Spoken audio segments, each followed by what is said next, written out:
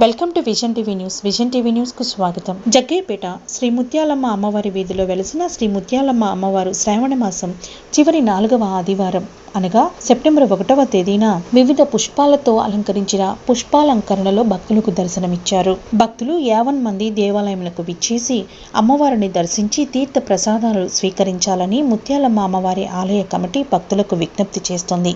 ఎంతో ప్రత్యేకమైనటువంటి ఈ శ్రావణ మాసం చివరి ఆదివారంన మీ కుటుంబానికి ముత్యాలమ్మ అమ్మవారి దీవెనలు ప్రత్యేకంగా కావాలని కోరుకుంటున్న వారు నగదును చెల్లించి ప్రత్యేకమైన పూజా కార్యక్రమాలు జరిపించుకునే విధంగా ఆలయ కమిటీ ప్రత్యేకమైనటువంటి ఏర్పాట్లను చేసింది. అలాగే ప్రత్యేకమైనటువంటి ఆశీర్వదించినటువంటి తీర్థ ప్రసాదాల కోసం నగదును చెల్లించి ప్రసాదములు మరియు ప్రత్యేకమైనటువంటి పూజా కార్యక్రమంలో జరిపించుకునే అవకాశాన్ని ఆలయ కమిటీ భక్తులకు కల్పించనుంది. ముత్యాల అమ్మవారి భక్తులందరూ కూడా ఆలయానికి విచ్చేసి ప్రత్యేకమైనటువంటి పూజలు జరిపించుకొని అమ్మవారి దీవెనలు పొందాలని ఆలయ కమిటీ కోరుకుంటుంది. శ్రావణ మాసంలో అమ్మవారికి అలంకరించినటువంటి ప్రత్యేకమైన అలంకరణ అన్నీ కూడా శాలివాహనులు అలంకరించారు.